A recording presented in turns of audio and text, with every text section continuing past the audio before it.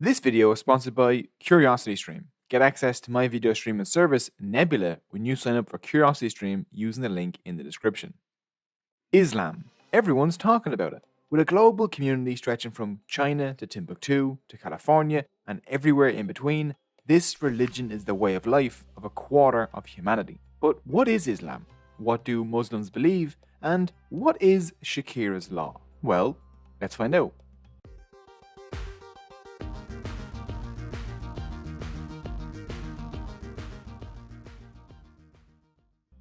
With about 1.8 billion followers, or 24% of Earth's population, Islam is the second largest religion on the planet, and therefore the universe. Muslims make up the majority of the population in 49 countries, as diverse as Yemen, Nigeria, Albania, Kazakhstan, and Malaysia. This 1,400-year-old religion started in modern-day Saudi Arabia, but today only 20% of Muslims are Arabs. Indonesia is actually the country with the most Muslims, holding around 13% of the world's total. About 30% of Muslims live in India, Pakistan, and Bangladesh.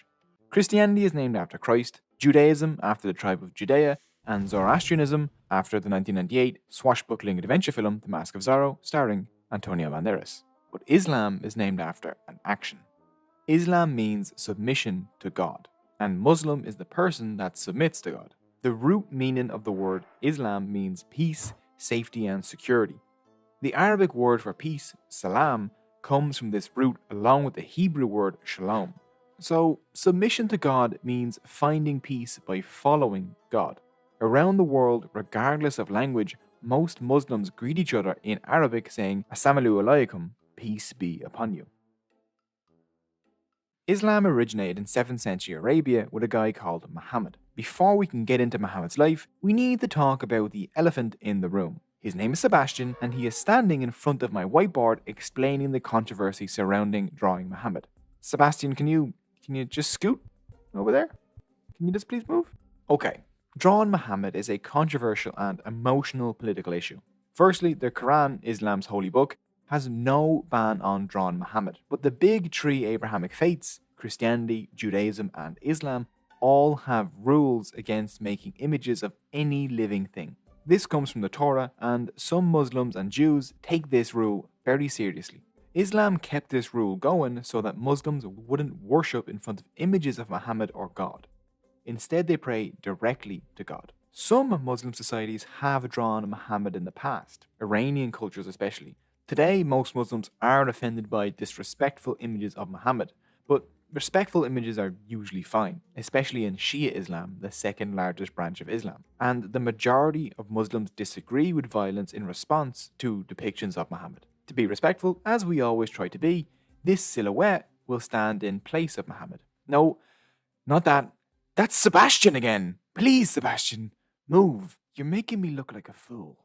This is the silhouette. Sorry. Muhammad was born in 570 CE in Mecca in Arabia. His parents died when he was very young, and Muhammad grew up as an orphan. Back then, the Arabs worshipped hundreds of different gods, and Muhammad's tribe, the Quraysh, were the guardians of this building, the Kaaba in Mecca. They packed the Kaaba with hundreds of idols to different gods, and the Quraysh got filthy rich taxing pilgrims visiting the Kaaba. Muhammad was deeply religious and wanted to improve his community. All around him he saw poverty, injustice, war, and widespread discrimination against women and orphans. Muhammad saw the rich abuse the poor, and religious festivals had just become giant, decadent parties dedicated to the worship of idols. This is the best religion ever! Woo! Woohoo! Religion party! Instead of attending religious festivals every year, Muhammad would just go and pray alone in a cave. Then, in 610 CE, in the month of Ramadan, during one of these lonely cave prayers, Muhammad, now 40 years old, was visited by Gabriel, or Jibril in Arabic. Jibril told Muhammad that there was one God, and that he was now God's messenger. Muhammad received revelations directly from God and then recited them aloud. His companions wrote these revelations down, and they became the Quran, Islam's holy book. Muhammad's words were radical in tribal Arabia. He was saying stuff like, Arab has no superiority over non-Arab, white has no superiority over black. He also demanded an end to the practice of killing infant girls because boys were preferred, saying that girls were equal blessings from God. This didn't exactly go down well in tribal, sexist, and hierarchical Mecca. This whole one god business annoyed the Quraysh because they made money charging people to visit Kaaba to worship hundreds of gods.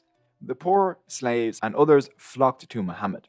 The Quraysh, now furious and losing money, abused the Muslims, especially the vulnerable ones like slaves, who were frequently tortured if they converted. But the Muslims didn't fight back. Muhammad and his God outlawed violence. The Quran said, "Whoever kills a person, it shall be as if he killed all mankind." After a decade of this persecution, the Muslims fled to the city of Medina. This move in 622 CE marks year 1 on the Islamic calendar. Right now, January 2021 CE is 1442 on the Muslim calendar. Even in Medina, the Quraysh kept attacking the Muslims. So God told Muhammad Muslims could fight back. But God laid down some ground rules for the fighting. Do not target public places, do not destroy farms or herds, do not harm women, children, the elderly or disabled, do not harm animals, trees or plants, and be kind to prisoners and do not forcefully convert anyone. These strict rules of war were laid down to stop civilians getting hurt. Muhammad said, if someone shows no compassion, God will show no compassion to them.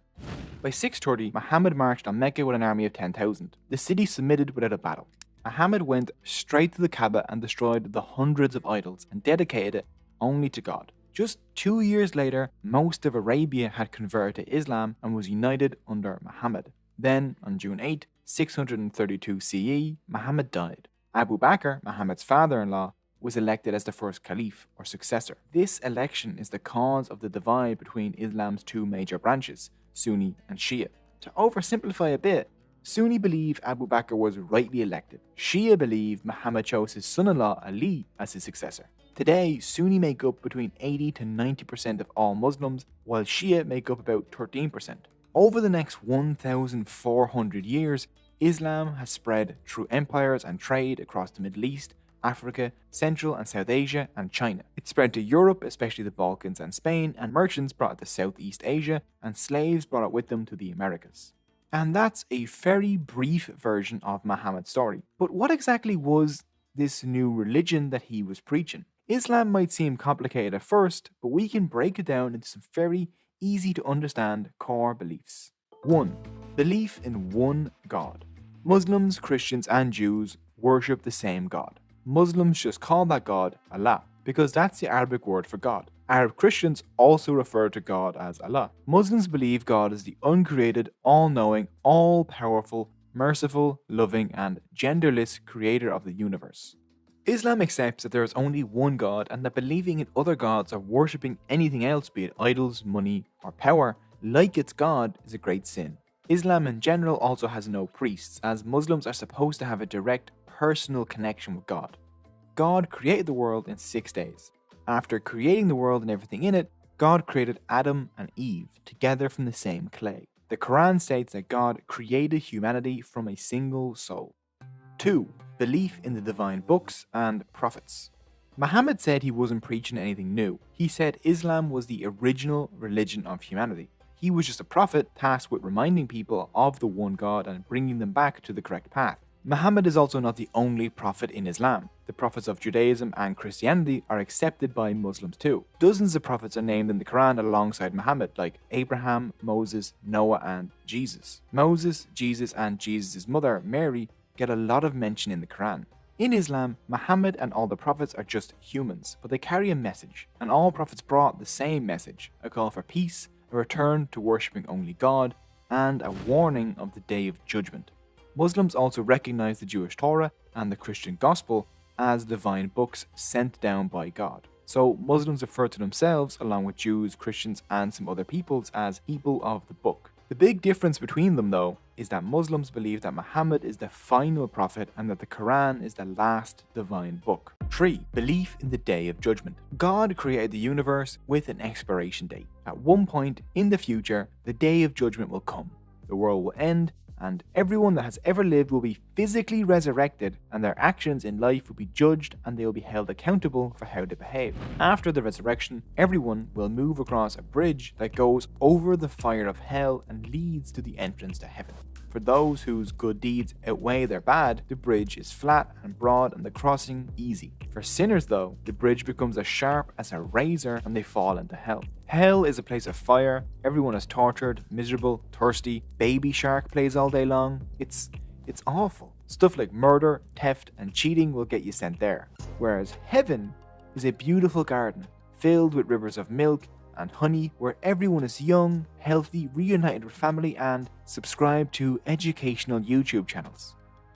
Eventually, most people who go to hell will move up into heaven because God wants people to be in heaven. 4. The Quran. The Quran is the holy book of Islam. The word Quran simply means to recite or to say out loud. Muslims consider the Quran to be the direct word of God spoken through the mouth of Muhammad in Arabic. The Quran is about 600 pages long and is divided into 114 surahs or chapters. Each surah is divided into numbered verses or ayat, so you can find any quote from the Quran using the number of surah and ayat. Let's just pick a random number, 3119, which is, "Lo, the harshest of all voices is the voice of the ass." The Quran has no narrative structure. It's organized by length.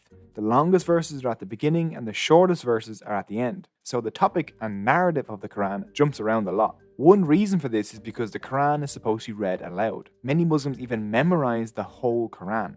The Hadith are the second most important literature in Islam after the Quran. The Hadith are the sayings or actions of Muhammad, not God, that his companions heard and wrote down. Hadith fill in information that's not in the Quran on how to be a good Muslim. The Hadith were passed down orally before being written down. So not all Hadith are created equal. They're ranked from strong down to weak, depending on how trustworthy the chain of transmitters from Muhammad is. For example, the Hadith that reports that Muhammad said, "Forgive him who wrongs you," is considered strong because the chain of transmitters is trustworthy, whereas the Hadith that talks about 72 virgins in heaven is very weak and so most Muslims don't believe it. Sunni and Shia Muslims use different Hadith and some Muslims don't follow the Hadith at all. 5. The 5 pillars of Islam. This core belief is split into 5, pillars. These act as the blueprint for how Muslims behave. First you have the Shahada. The Shahada is simply a statement. There is no God but God, and Muhammad is the messenger of God. This is the shortest possible explanation of what Muslims believe. Saying it just once honestly makes a person a Muslim.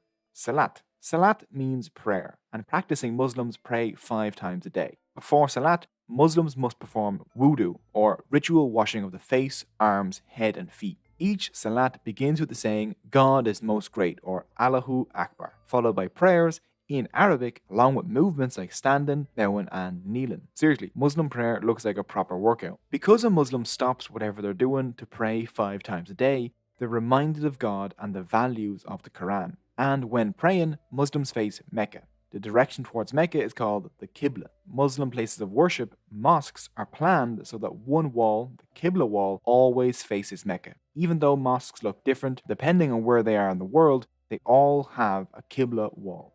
Zakat. Zakat is a charitable tax on wealth that all Muslims should pay annually. The basic rate is about 2.5% of your current wealth. The Quran says, "Give money cheerfully to the relatives, the orphans, the needy, the traveling alien, the beggars, and to free the slaves." I'm assuming traveling alien probably means something different in that context than how I'm imagining it. Or does it? Today, every year, somewhere between $200 billion and $1 trillion is given to charity by Muslims across the globe through zakat. Muhammad preached that accumulating wealth was greedy. To stop the rich profiting off of poverty, the Quran outlaws interest-bearing loans known as usury or riba. Money can never be traded for money. Muslim wealth can only come from actual labor or fair trade. Swam. Swam is fasting. During the holy month of Ramadan, Muslims fast from dawn to sunset. Fasting includes no eating, no drinking, and no smoking. Pregnant women, the sick, and the disabled do not have to fast if it puts stress on their bodies. And women on their period can also delay their fast. Through fasting, a person experiences how the poor suffer on a daily basis. And fasting breaks up life's regular routine and invites introspection and meditation on God. Ramadan ends with the feast of Eid. During this holiday, Muslims give extra zakat to the poor, share food, visit their mosque, and eat with friends and family. Hajj. Hajj is the pilgrimage to the Kaaba at Mecca. the holiest place in Islam. Every Muslim must make the pilgrimage once in their life, if able to do so. For over 1,000 years, Muslims from all over the world have flocked to Mecca. On Hajj, there is no distinction between rich and poor or nationality and race. Today, more than 2 million people make Hajj every year, and those are the 5 pillars of Islam. Next, let's look at some topics you've probably heard a lot about when it comes to Islam. Women. Islam and women is a pretty topical issue. So, how does Islam address women, and what exactly is the deal with the veil? Well, first of all, this is a hijab, this is a niqab, this is a chador, and this is a burqa. The hijab is by far the most popular veil you'll see. The burqa and niqab are only found in deeply conservative communities or Afghanistan, and the chador is mostly found in Iran. Not all Muslim women wear veils, and some Muslim majority nations have actually banned headscarves, while in other Muslim majority nations, women are pressured to wear them. It's a controversial issue within Islam itself. But why do some Muslim women wear these veils? One reason is culture. The veil is part of many people's cultural identity. Another reason is that Islam preaches modesty. Muslims should be modest in their words, actions, tempers, desires, appetite, everything really. Men and women are instructed to wear loose-fitting clothing that should cover most of the body. There isn't a difference made in the Quran between how men and women should dress, and it never states that women need to cover their faces. Veils in general seem to have entered early Muslim culture from their Roman neighbours. The only reference in the Quran to women covering their faces is about Muhammad's wives, and most Muslims consider those verses to only apply to Muhammad's wives. Throughout the Quran, God repeatedly attacks those that say women are inferior to men and repeatedly demands that women be treated equally. Muhammad even pushed for women's education, saying, if a daughter is born to a person and he brings her up, gives her a good education, trains her in the arts of life, I shall myself stand between him and hellfire. The Quran also guarantees a woman's right to work, divorce, and own property. Halal. Halal is simply the Arabic word for permissible. If something's halal, that means Muslims can do it without worrying it's a sin. Most foods are halal except for pork, donkey, predators like lions, wolves, cats, and dogs, birds with talons, eels, lizards, mice, rats, and monkeys. Blood. Blood is also banned. Don't drink blood. Alcohol is also not halal because alcohol has negative effects on health and society. Although, funnily enough, alcohol is an Arabic word. In order for meat to be halal, the animal must not suffer. Its neck must be cut quickly at the throat while saying God's name, to give it a quick and painless death. The animal should not be able to see or hear or smell the previous slaughter, and it must not see the blade beforehand, so that it doesn't become afraid. Animal cruelty is outlawed in the Quran. Muhammad said, a good deed done to an animal is as meritorious as a good deed done to a human being, while an act of cruelty to an animal is as bad as an act of cruelty to a human being. Sharia law. Shakira law. Whenever, wherever Muslims get together, talk of Shakira law will be near, and that's a big deal, my dear. Shakira noises. Didn't really think this bit true. Didn't think about singing it. Sharia law is talked about everywhere these days. The 3 times it's mentioned in the Quran, Sharia normally refers to the capital W way. The way a Muslim should live to most please God, to bring order to society, and to get into heaven. The literal meaning of Sharia is path to a waterhole, which to a desert people was literally a path to life. Thinking of Sharia as only law tends to cause confusion. Sharia mostly covers personal matters and contracts between people, how to pray or fast, how to treat neighbors, not lying, how to marry and divorce. This stuff is the main focus of Sharia, and how to pray isn't something that's enforced by law. The Quran in general doesn't have much law in it, but Muslim societies wanted to have laws influenced by Sharia. So looking at the message of the Quran, Muslim scholars decided the goals of legal Sharia were the protection of life, property, family, faith, and intellect. Over the centuries, scholars made claims about the Sharia and then backed up those claims using the Quran, the Hadith, and reasoning. The body of legal rulings that came from their interpretation of the Sharia was Islamic law, or fiqh in Arabic. But fiqh is the result of human opinions, and so can be wrong and is changeable. Fiqh can try to capture the Sharia, but probably never will, so fiqh evolved constantly. Sharia is